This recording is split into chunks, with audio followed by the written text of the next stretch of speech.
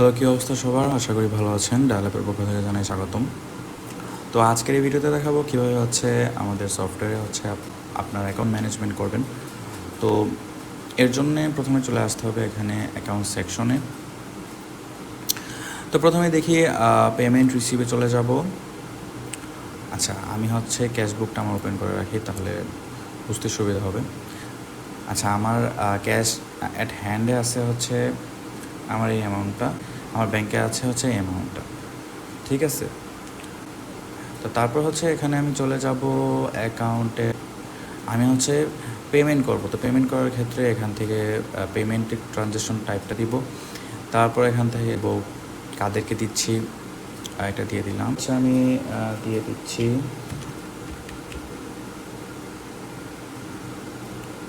তারপর এখান থেকে আমি সাবমিটে ক্লিক করব। তারপর এখান থেকে আমি দেখতে পাবো যে আমার এই অ্যামাউন্ট থেকে মাইনাস হয়ে যাবে। আমি যদি রিফ্রেশ দিই, ঠিক আছে,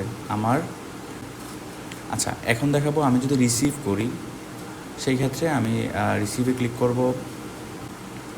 ফর এক্সাম্পল এখানে আমি এখান থেকে আদার ইনকামে দিয়ে দিলাম, রেন্টাল রুম রেন্ট দিয়ে দিলাম। তারপর অ্যামাউন্ট দিয়ে দিব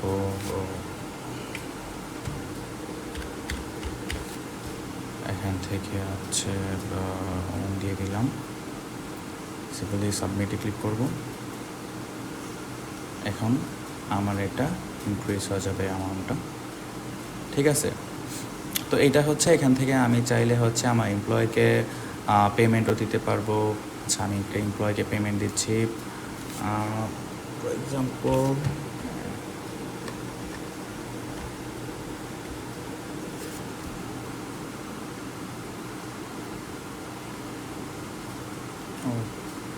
এটা হবে পেমেন্ট।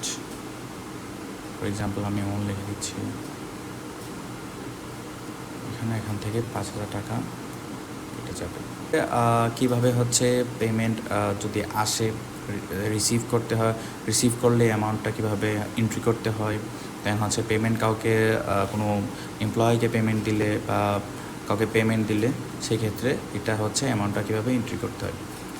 এখন দেখব যে আমি যদি আমার ব্যাংক থেকে আমি উইথড্র করি, সেই ক্ষেত্রে আমি ক্যাশ টু ব্যাংকে চলে যাব।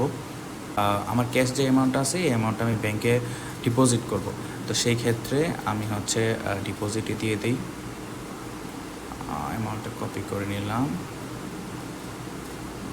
ব্যাংক টাইপটা দিয়ে দিব, আমি কোন ব্যাংকে আমি ডিপোজিট করছি। সাবমিটে ক্লিক করব। এখন আমার ক্যাশে কোনো টাকা নেই, একদম এমটি।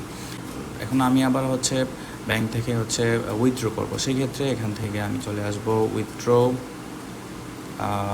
ব্যাংক। আমি যে ব্যাংক থেকে উইথড্র করবো সেটা সিলেক্ট করে দেবো এখান থেকে। ফর এক্সাম্পল আমি 1 লক্ষ আমি এখন উইথড্র দিব। তো আমার হ্যান্ডে চলে আসছে এই অ্যামাউন্টটা। তো এইভাবে আমি অ্যাকাউন্ট সেকশনটা ম্যানেজ করতে পারবো। আশা করি বুঝতে কোনো অসুবিধা হয় নাই।